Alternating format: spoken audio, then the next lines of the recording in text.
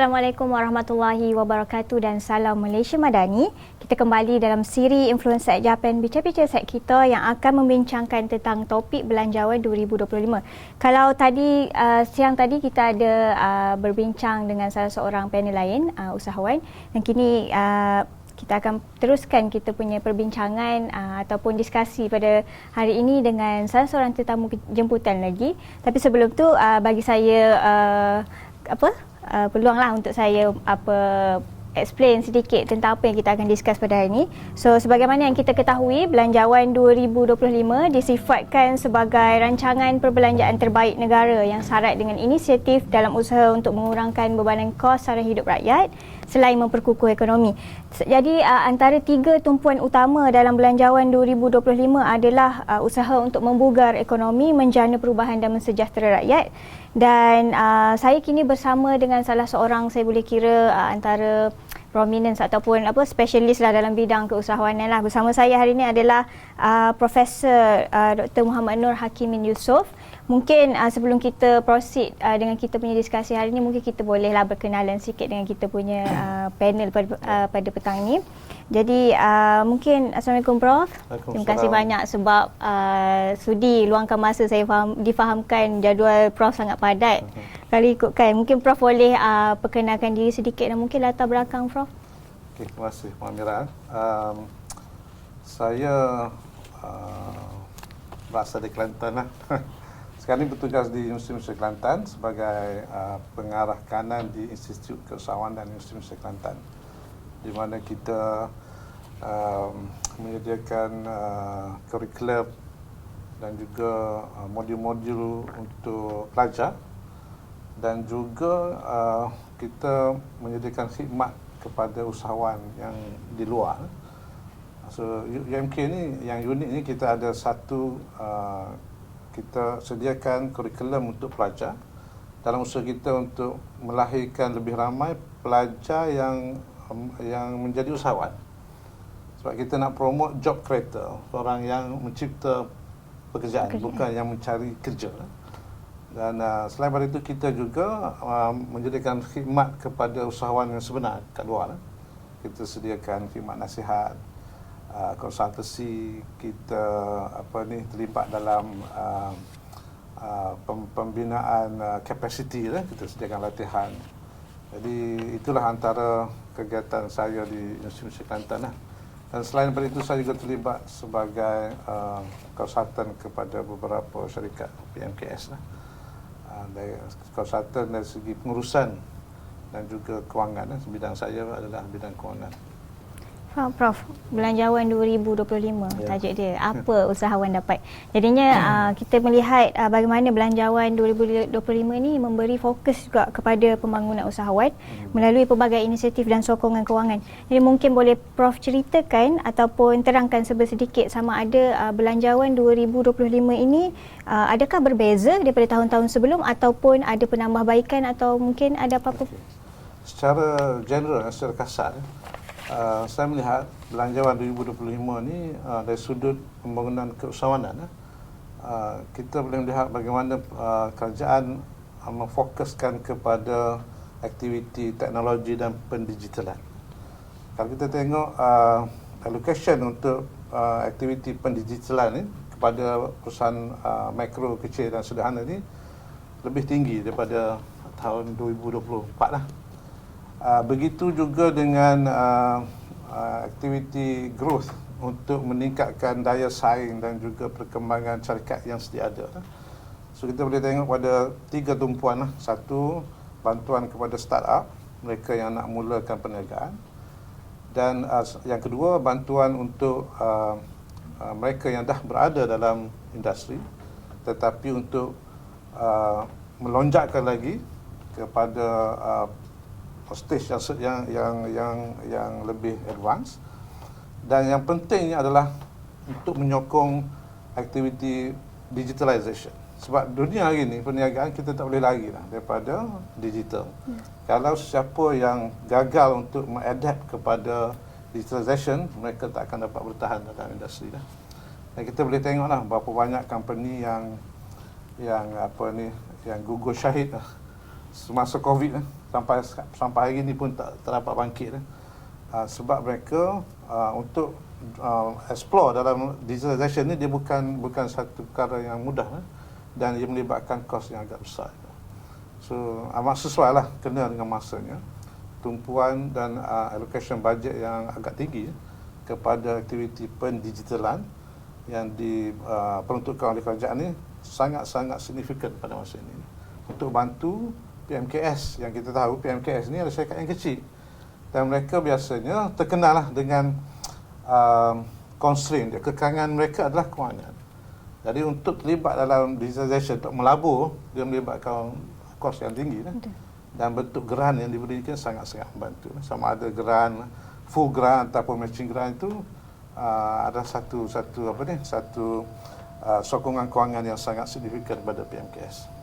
Saya tertarik sebenarnya bila Prof sebut mengenai pendigitalan, macam mana kita tak boleh lari daripada digitalisation. Membawa kepada soalan saya yang seterusnya, which is bagaimana Prof melihat kalau ikutkan 12 pecahan di bawah grant yang telah disediakan, diperuntukkan di bawah Belanjawan 2025 ni ada mencakupi peran grant padanan digital kalau tak silap saya. Mungkin Prof boleh ulas sedikit tentang grant padanan digital ni, bila kita kata grant padanan, dalam bahasa Inggeris dipanggil matching grant. Okay. Matching grant ni maknanya kedua pihak ni bukan full grant. Full grant maknanya government akan bagi 1/4 grant. Kalau kos untuk beli satu barang ni, katakan kos dia RM50,000. So, yang usahawan akan dapat RM50,000 dalam bentuk grant. So, tak perlu bayar lah. Kalau matching grant ni, dia 50-50. Ada 50-50, ada 70-30. Mana usahawan kena keluarkan sikit, yang balance tu akan ditop up melalui grant. So, grant digital ni, dia sebenarnya adalah untuk bantu PMKS untuk invest atau dapatkan peralatan supaya mereka boleh mengadaptkan digitalisation dalam perniagaan. Contoh untuk beli software, untuk beli equipment, supaya aktiviti perniagaan mereka ni disupport oleh digital. Boleh buat TikTok, nak buat studio ke, contoh lah kan. Sekarang ni bisnes trend sekarang ni, media sosial tak boleh tinggal lah. Betul. Sebabnya kita boleh tengok lah, landscape perniagaan sekarang ni tak sama dengan 10 tahun, 15 tahun dulu. Dulu orang nak berniaga kena ada premis. Betul. Sekarang ni tak ada premis pun boleh. Amira pun boleh buat bisnes dalam office mereka.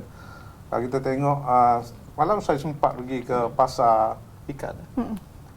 Sambil jual ikan tu buat live siang live. Ikan. So dia dunia perniagaan sekarang ni macam tu. So usahawan kena ubah cara, dan untuk ubah cara ni perlulah baiki model perniagaan. Dan untuk baiki model perniagaan ni pastinya ada benda-benda baru yang kita kena dapatkan. So digital grant ni sangat sesuai lah untuk perlu dimanfaatkan dengan sebaik mungkin lah oleh usahawan supaya grant yang diberikan oleh kerajaan ni adalah menjadi orang kata tools untuk membantu mereka terus kekal dalam industri. Prof, macam Prof cakap tadi, sebagai tools untuk make sure untuk dia orang kekal dalam industri. Mungkin Prof boleh ceritakan sedikit peranan grant matching grant ini dalam membantu especially usahawan ni lah dalam, maksudnya macam mana nak sesuaikan diri. Mungkin sebelum ni dia tak biasa. Bila ada grant digital ni, macam mana usaha yang perlu dia orang lakukan? Grant yang bila kita sebut grant ni, dia adalah bantuan kewangan lah. Dan bantuan ataupun kesan, impact kepada usahawan ni sangat besar sebab PMKS, bila kita sebut PMKS, perusahaan mikro, kecil dan sederhana. Globally, secara global, kat mana-mana pun masalah utama perusahaan mikro, kecil, sederhana ni adalah kewangan. Mereka mempunyai modal yang terhad. Kalau kita tengok mikro sendiri pun, micro size ni adalah perniagaan yang mempunyai pekerja tak lebih 5 orang. Dan total turnover dia, sales jualan setahun dah 300,000. Jadi kalau 300,000 kita kata berapa sebulan? Lebih kurang dalam 30 Kalau 30 dah 360, 20,000 sebulan. 20-25,000. Mana sales dalam lebih kurang dalam tak 4,000 sehari. So sangat-sangat kecil dan biasanya mereka ni akan berhadapan dengan kekangan kewangan. Especially bila mereka nak invest dalam sesuatu aktiviti yang baru. So satu, grant ni dia boleh selesaikan masalah masalah kewangan mereka. Yang kedua, grant ni juga dengan bantuan kewangan ni juga usahawan boleh meningkatkan kapasiti dia. Daripada tak tahu pasal digital, teknologi, dia boleh attend kursus, dia boleh hantar pekerja dia supaya dia boleh gunakan teknologi ni pada kadar yang paling optimal. Dan saya melihat grant ni juga satu cara untuk memberi garakan kepada usahawan menceburi aktiviti pendigitalan. Sebab ada setengah usahawan ni dia complacent. Dia tak ada, dia kata okey dah, lagi boleh buat bisnes, buat dah. Tapi dia tak sedar bila mereka lambat bertindak kepada perubahan yang berlaku, mereka slowly akan dikeluarkan daripada industri. So untuk memanfaatkan grant ni, satu, usahawan kena tahu kat mana dia nak, apa masalah dia dan apa aktiviti yang boleh didigitalkan. Marketing ke ataupun dari segi proses ke. Kalau kita tengok sekarang ni banyak marketing lah. Content marketing, SEO, kita buat TikTok, buat WhatsApp ke semua tu kan. So sangat perlu. Sekarang kita tengok memang TikTok punya aktiviti sangat-sangat popular lah sekarang ni kan. Dan sangat-sangat berkesan. Saya ada pelajar saya yang bermodalkan tak perlu besar TikTok lah. Dan baru ni kita ada usahawan pelajar gitu. Saya pun agak terkejut dah. Dia punya sale hampir 300,000 sebulan. Dan jualan melalui TikTok dia average sehari lah dalam 20. Tak kurang 20,000 sehari. Maksudnya tu tak ada produk ke atau dia ada? Dia buat live daripada pagi sampai pukul 9 malam. Produknya apa? Pak Amira nak tahu? Handsock. Telekuk. Pelbagai lah. Down stocking. 300,000 sebulan, mana dia 300 hingga 400,000 sebulan, mana dia punya sale hampir 4 juta setahun. Dengan dan majority sales dia adalah melalui media sosial. Dan bagaimana dia boleh explore benda tu, sebab dia bertindak kepada perubahan, dia peka. Tapi sebelum tu bisnes dia agak terkesan dengan COVID dah. Prof, bercakap soal PMKS, antara yang akan mendapat manfaat ni adalah golongan inilah PMKS. Bila kita tahu berkaitan pendigitalan ni, jadinya dia boleh macam Prof cakap tadi, boleh tingkatkan produktiviti dan juga kecekapan operasi dalam masa yang sama. Jadi Prof, macam mana Prof melihat pendigitalan ini memberi impak jangka panjang dalam maksudnya melalui grant ini, dan juga macam mana impak jangka panjang ni kepada perusahaan di Malaysia lah, maksudnya business nature di Malaysia sendiri nanti. Impak jangka panjang kita boleh lihat kepada perubahan model perniagaan dan juga orang kata continuity, kelestarian perniagaan. Seperti mana saya bagi tahu tadi lah, kalau kita gagal untuk bertindak kepada perubahan teknologi ini, kita akan ketinggalan. Sama ada dari segi mendapatkan pelanggan ataupun nak explore market baru. Jadi dengan digital ni, kita sekarang ni klien kita bukan di Malaysia saja. Nampak tak? Dia boleh pergi all over the world. Ruang coverage dia sangat besar. Tetapi kena ingat juga, dia ada backfire dia juga. Kalau yang manfaatnya besar, silap guna, dia akan memberi kesan yang besar juga dah. Kesan-kesan negatif yang besar. Kita boleh tengok, pertama saya tengok kepada kelestarian. Jualan, pasaran kita. Yang kedua adalah impak kepada perusahaan itu sendiri. Kena belajar pendigitalan. Digital, kena ambil tahu pasal teknologi. Gunakan sekarang ni podcast, ada kan? Kita pakai Saya TikTok sebab apa? Sebab TikTok ni memang sangat besar impact dia. Sangat besar. Saya boleh tengok pelajar saya ramai yang buat live dengan TikTok dan dapat sales. Sales. Bukan sedikit dah. Banyak sales. Dengan bermodalkan TikTok dah jadi affiliate saja. Betul. Jadi kita tak boleh lari lah. Kita tak boleh nafikan kesan yang sangat besar kepada kelestarian lah. Saya tengok kelestarian. Kita tak boleh bergerak ataupun menjalankan perniagaan secara tradisional lagi. Orang kata apa, buka kedai. Tutup kedai. Saya tengok beberapa dulu bazar jadi tumpuan. Sangat sepi. Tak ada orang lah. Salah satu sebab itulah online business.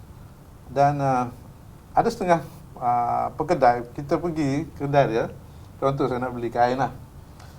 Dia kata, abang beli online lah, murah sikit. So dia encourage kita kan. Sebab online ni satu kos dia kurang. Sebab dia boleh bayar, dia jual murah kan. Kos kurang setengah-setengah tu, delivery pun postage pun free kan? So ini yang usahawan kena belajar. Saya sendiri pun masih belajar the secret ataupun teknik-teknik dalam media sosial ya. Sebab zaman saya tak ada tu. Dan kita belajar, kita nak tahu supaya kita boleh transmit ataupun disseminate information kepada usahawan. Prof, tadi Prof ada sebut kalau untuk PMKS ni ada kekangan, constraint yang paling terbesar adalah kewangan. Betul. Jadi bila kita nak shift into digitalization ni, apa antara cabaran utama ataupun mungkin elemen-elemen yang dihadapi oleh PMKS selain pada kewangan ni lah, mungkin boleh Prof kongsi. Okey. Selain daripada kewangan yang pertama minda, perubahan minda. Kita mengenai pengalaman saya lah. Ramai usahawan yang orang kata enggan berubah. Bukan tak mahulah, dia selesa lah. Sales dah 10,000 sehari, kata 5,000 ke 2,000 sehari, okey dah cukup lah. Itu satu. Dan satu lagi adalah usahawan sendiri kena upgrade dia punya technical skill pasal digital. Kena ada keinginan tu. Dan dia kena, orang kata kena kenal pasti apa digital gap yang dia ada. Digital gap. Kalau kita tengok dalam belanjawan ni jugalah, kerajaan bagi peruntukan besar kepada NADI. Betul. NADI, pusat internet dulu lah, nama pusat internet satu Malaysia lah, bertukar sekarang mana NADI. Saya ingat ambil 100 juta kan. Satu peruntukan besar. Pak NADI ni saya terlibat lah dengan pembangunan NADI dulu. Saya melatih pengurus mereka. Dia objektifnya adalah untuk merapatkan juran digital di antara bandar dan luar bandar. NADI ini berada di luar bandar. Dan antara aktiviti ini adalah membantu usahawan-usahawan desa untuk menggunakan teknologi dalam perniagaan mereka. Kita tengok peruntukan yang besar untuk melatih. Ini menunjukkan betapa pentingnya digital ni kepada, tak kira lah usahawan itu di luar bandar ke, di bandar ke, ataupun di luar bandar. Pak Mira dulu masa saya buat latihan untuk mengurus, sudah ada usahawan nursery anak pokok nursery, yang menjual anak pokoknya melalui online. Sangat-sangat relevan pada masa ni dah. Jadi itu satu, digital gap, kena close digital gap, kena tingkatkan pengetahuan. Dan satu lagi, bila knowledge ni ada, usahawan akan dapat kena pasti dalam perniagaan mereka, dalam kitaran ataupun dalam proses perniagaan mereka, dekat mana pendigitalan itu boleh dimasukkan. So itu yang penting lah. Sebab kalau tidak ada keinginan sendiri, susahlah apa-apa pun. Usahawan tu kena ada inisiatif sendiri untuk tingkatkan pengetahuan. Kalau tak grant ni, dapat grant, tapi tinggal macam tu. Tak digunakan dengan sebaiknya lah. Okey. Prof, saya tertarik juga tadi pada awal Prof ada sebut job creating. Job creator. Maksudnya dalam macam mana Prof bertanggungjawab juga, antara yang bertanggungjawab dalam memberi praktikal dan juga training kepada pelajar. Maksudnya itu adalah satu pendedahan awal sebelum maksudnya macam Prof ceritalah, student Prof ada yang dah boleh buat sale lebih pada orang yang berniaga lagi. Maksudnya sale setahun tu boleh lebih daripada orang dah berniaga 10 tahun. Jadi saya tertarik, antara salah satu peruntukan di bawah kerajaan Belanjawan 2025 adalah program Tunas Usahawan Belia Bumiputra, TUB. Ini sebanyak 20 juta. Mungkin 20 juta ini tak besar dia punya jumlah, tapi mungkin Prof boleh ceritalah sedikit tentang bagaimana program ini, dan juga mungkin boleh relate bagaimana keperluan industri dalam usahawan ni dan juga keperluan belia untuk masuk dalam usahawan. Saya pernah terlibat TUB sebagai panel pemilihan peserta untuk TUB. TUB ni adalah target dia kepada belia, orang muda, graduan. Kalau dulu setiap usahawan ni akan diberi grant, full grant, bukan macam grant, RM15,000. Saya tak tahu yang baru ni, saya tak tahu berapa. Mungkin sama lagi. RM15,000 cash terus masuk kepada usahawan.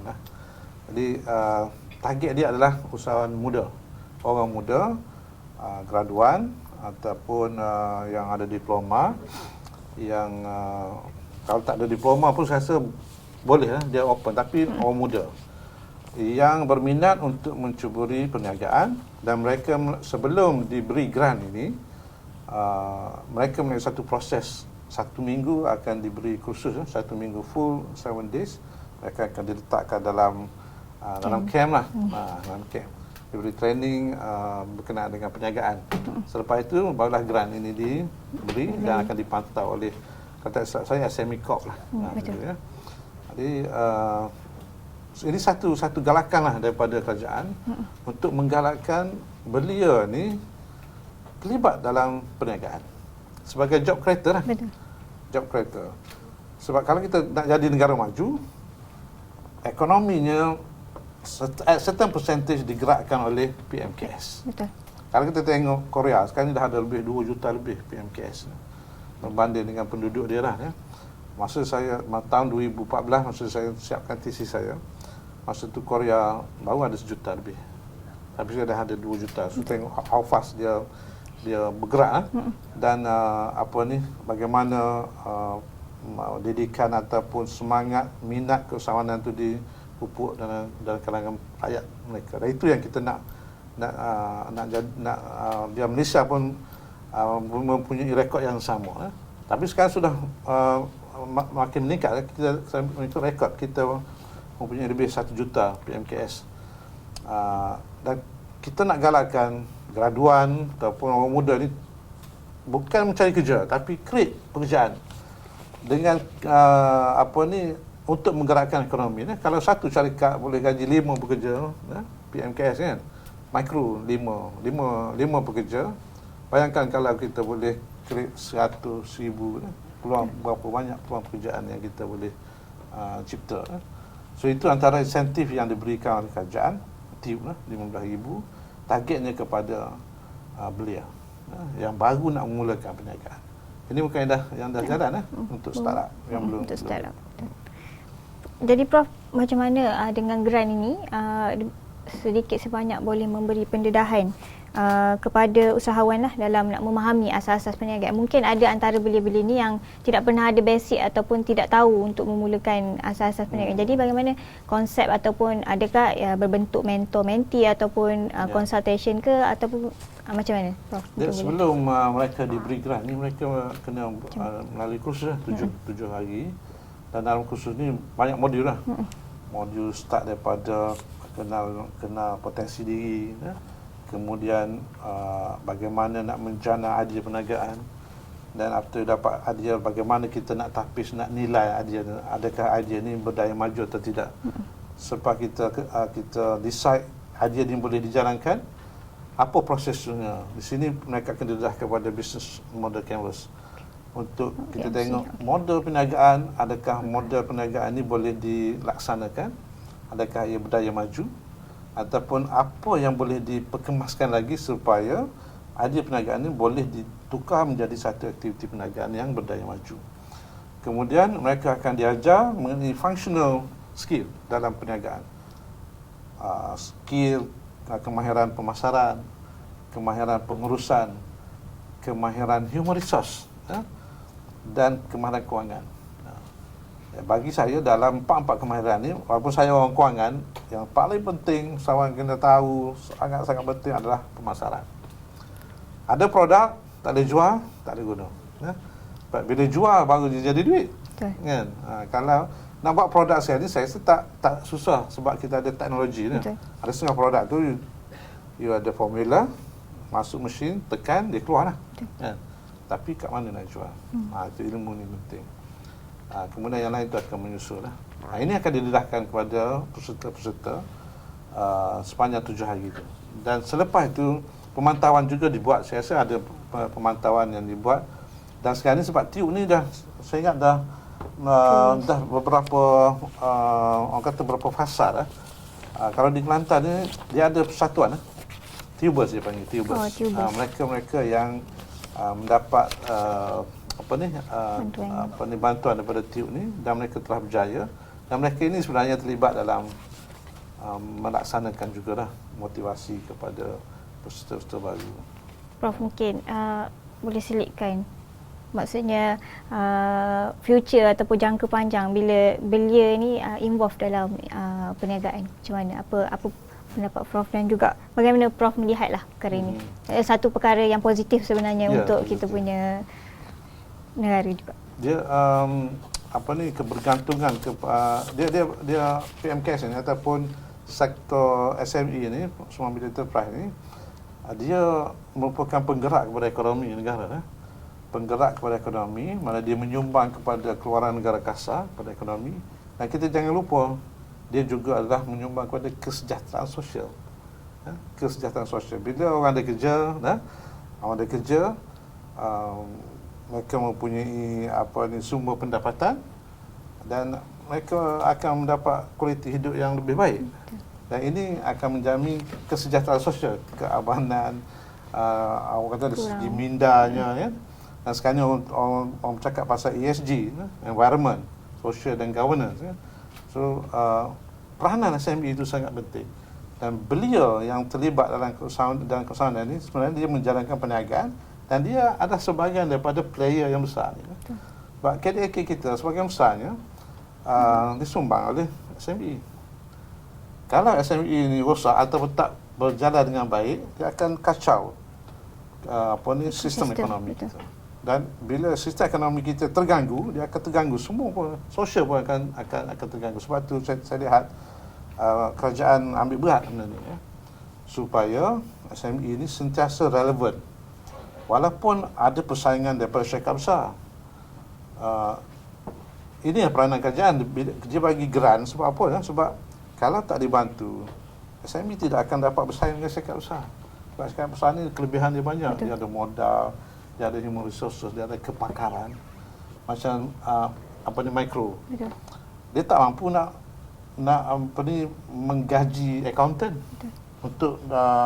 Untuk memberi khidmat nasihat kewangan kepada mereka, kan. Pak gaji accountant ni besar. Tapi berbanding dengan company besar, mereka mampu nak hire accountant, nak hire financial planner, kan. Mereka boleh buat. Jadi di sinilah intervention dari kerajaan itu perlu, kan. Sebab itu peranan kerajaan ini sangat besar. Bagi saya dalam bidang keusahawan ni, kerajaan memang dia takkan tinggal SME, supaya the ground level tu sama lah. Kalau tak, nanti memang kena tinggal lah. SME ni akan ditelan oleh syarikat besar.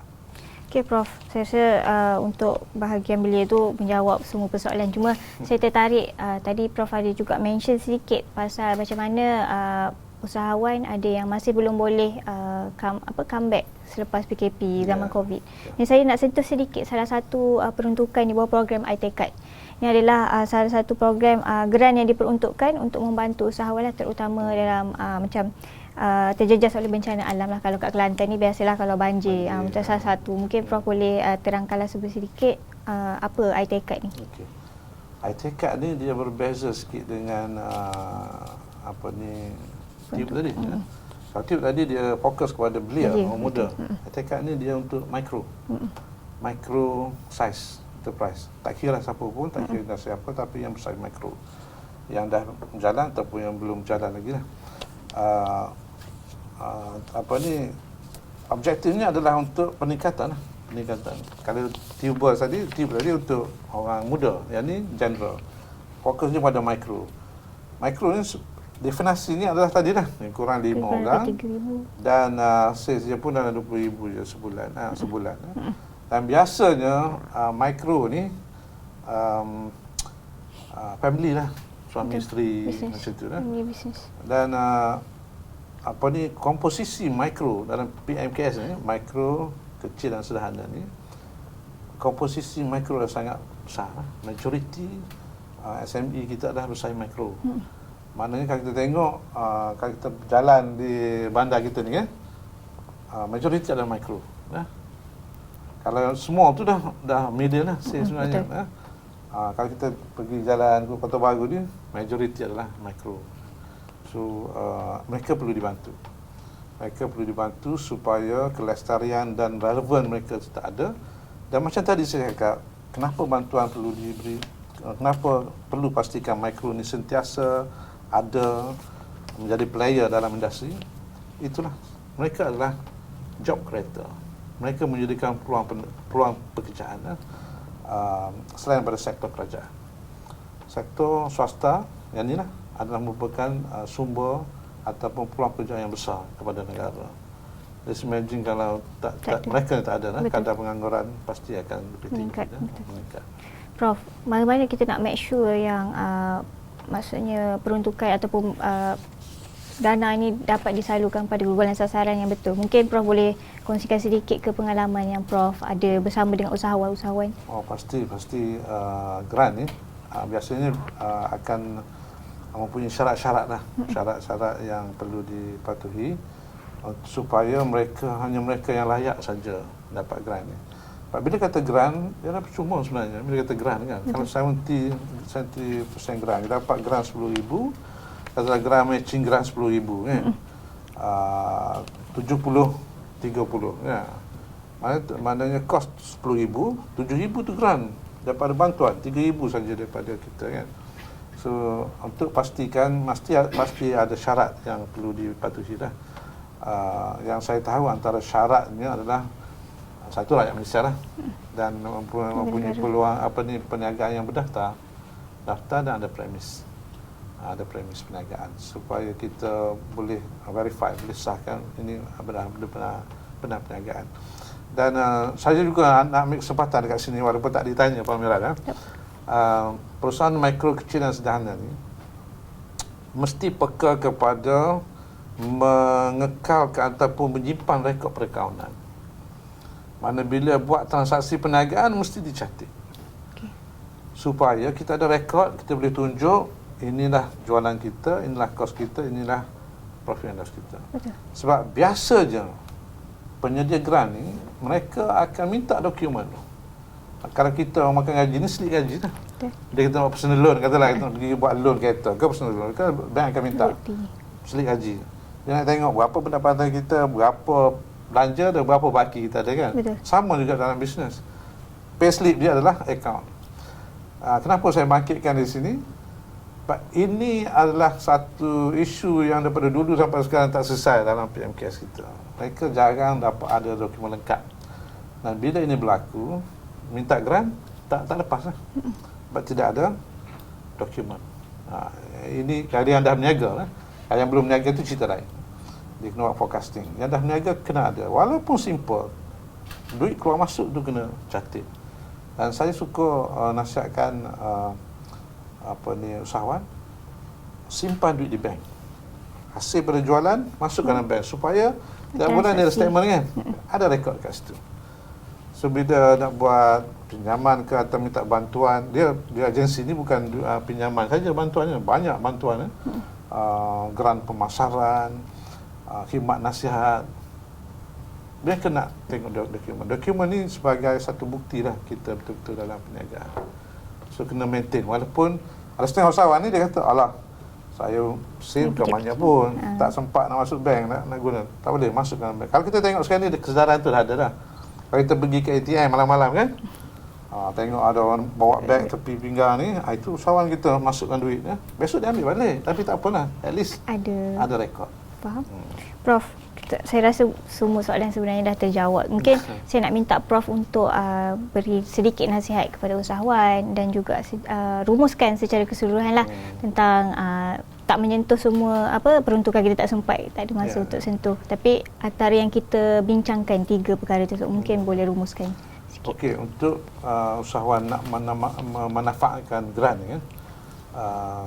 Grant ni bukanlah satu keistimewaan. Mana ada grant aku kena dapat kena pasti apa keperluan digital yang kita nak gunakan.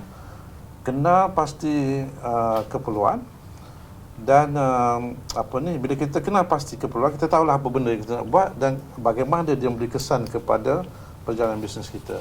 Dan yang kedua, kena upgrade kita knowledge kita, skill kita kena upgrade.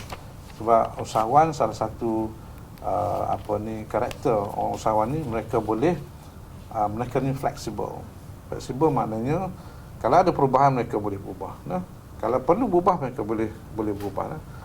The beauty of being small ni macam tu, dia senang. Kalau change berlaku perubahan, mereka boleh berubah. Kalau besar tak boleh. Sebab dia dah invest duit banyak, susah nak tukarkan. Tapi yang kecil ni mereka boleh. Dan sentiasa peka kepada perubahan dalam persekitaran perniagaan kita. Kerana kalau kita gagal, banyak dah kita tengok industri-industri yang gagal walaupun dia besar, dia gagal. Contohlah saya sebut Nokia. Betul. Nokia Ericsson tak ada antara yang main orang kita pakai handphone dia masih pakai pager lagi kan. So dia ego dengan tu, dia tak nak berubah. Dia akan disingkirkan daripada industri. So kena belajar sentiasa upgrade lah usahawan ni. Sebab tu sekarang ni ekonomi kita dia panggil K ekonomi, knowledge ekonomi, dan juga kena berinovasi. Kalau kita tengok contoh Korea lah, produk-produk Korea banyak produk baru. Inovasi bukan kata keluar baru totally new, bukan. Kadang kita buat improvement pada produk tu pun inovasi juga. Itulah nasihat saya. Okay, terima kasih banyak Prof. Saya kira itu sahaja perkongsian kita untuk segmen Influencer Japan, bincang-bincang set kita pada hari ini. Sebelum tu, dan jangan lupa untuk semua follow kami di semua platform social media kami, iaitu di Jabatan Penerangan Malaysia Negeri Kelantan, untuk lebih banyak informasi dan juga maklumat yang terkini. Saya kira itu sahaja. Assalamualaikum warahmatullahi wabarakatuh. Sehingga berjumpa lagi.